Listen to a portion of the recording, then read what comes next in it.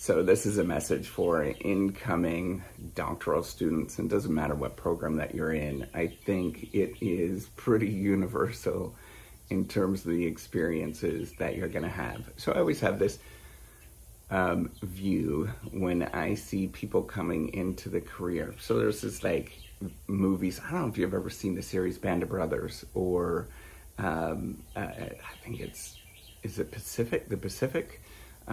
There's sort of a series of what happened during World War II, and it sort of documents it in a very graphical way. And I just remember there's these scenes where these soldiers are walking into the front, and they see all of these soldiers coming back from the front, and they're looking at them and they're wondering what the hell is going on. And all of those soldiers from the front are just torn up. Like there's nothing left of them. They're all dirty. They've got that look in their eyes that you'll understand. That, just desperation, feelings of despair, feelings of, I can't do this anymore, like just emptiness, right? And, I often think about that as you're going into the profession. Now, what's going to happen is that the first couple of years, you are going to be very excited about it. And then as you keep going on in the profession, you'll hit the moment where you have to do research. And you have to do it aggressively, and you have to do it to survive. If you don't do that research, you're not going to survive in the profession. There's this couple of sayings, right? It's publish or perish. There is the, I can't remember the other saying, but it's the sayings along those lines that you need to actually do the research to survive. Now, it's not just about doing the research. It's about doing the research so that it actually gets published. And there's a real big distinction between those two.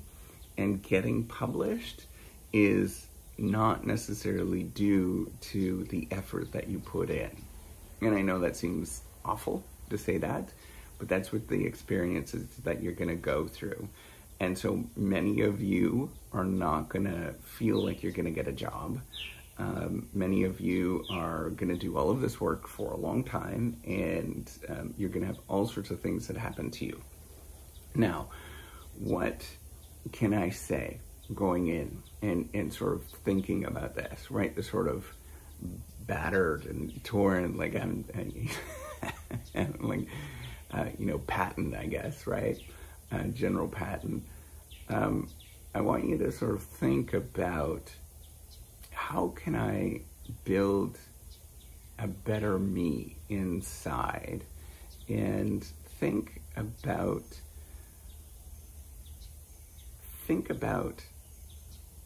remembering that you're good enough. And I know every time I say that, I get sort of feelings and tears in my eyes. And I think I'm not the only one that I have to remember that I am good enough. Because what's going to happen is you're going to want to impress. You're going to want to show other people that you can do this. You're going to, and you have to. It makes you very narcissistic. It makes you focus on yourself. It makes you focus, if you focus on other people, you likely will not sort of survive in the career.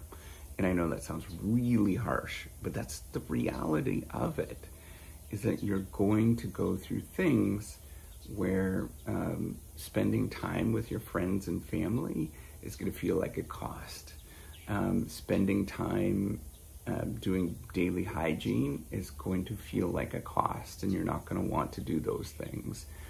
Doing things that normal people do feel like a cost. And I want you to figure out how you can build an inside that you can just say, screw them, and just give the middle finger to everybody that is not part of this, supporting you in various different ways.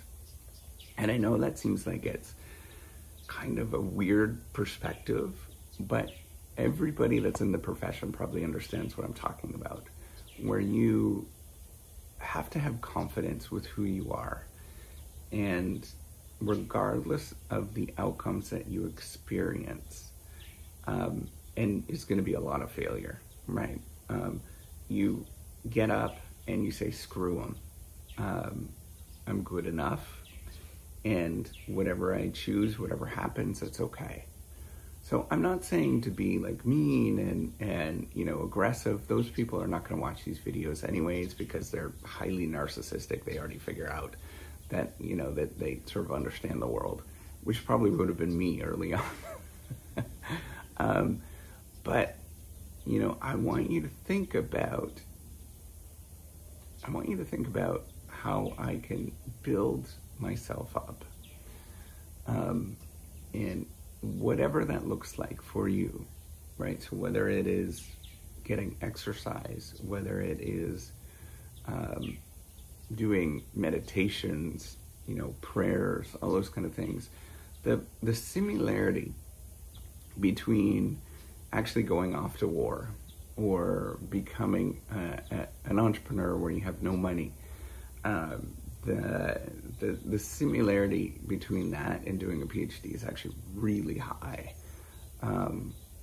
where you have to figure out how to get through this.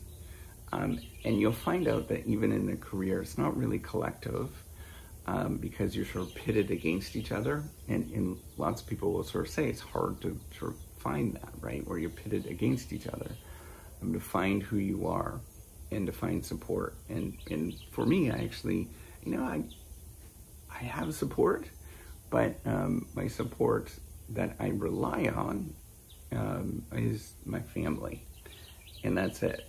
So finding that support that helps you go forward, whether it's your family, whether it's significant other, I think that's super important.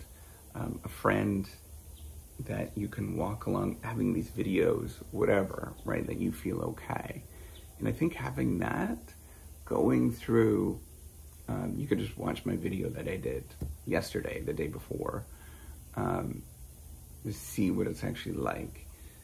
And going through that, you need to, maybe even get a therapist, right? Like that is your support, getting a therapist, going to church, whatever, right? Like all those kind of things, all those things that help you out. Having that to ground you is very important. And the world, the academic world, is going to want you to not have those things because those are time consuming. You have to sacrifice. There's no value there. Everything's about showing outcomes and value and all of that kind of stuff. But having that, where you come back to that, you don't worry about the rest of it, I think it's like so crazy important for you to become a human being, for you to function in the career. Anybody, so there's often this debate, are you better off to have, a family and stuff? And I truly think in academia, right, people talk about this all the time. I'm like, how stupid is that? That is an actual discussion. Should you have a family in academia? And a lot of people will tell you no. Lots of people will tell you no. But I know for me, I don't think that's the right answer, because I feel that I have support. I feel I probably would have harmed myself a long time ago, in a very negative ways. So without that support system, you go down some really dark alleys, and so you have to have that to function, to do okay. So make sure that you do that, right? That you develop the support system that allows you to function and allows you to get up and smile every day. And so what if it's a cost?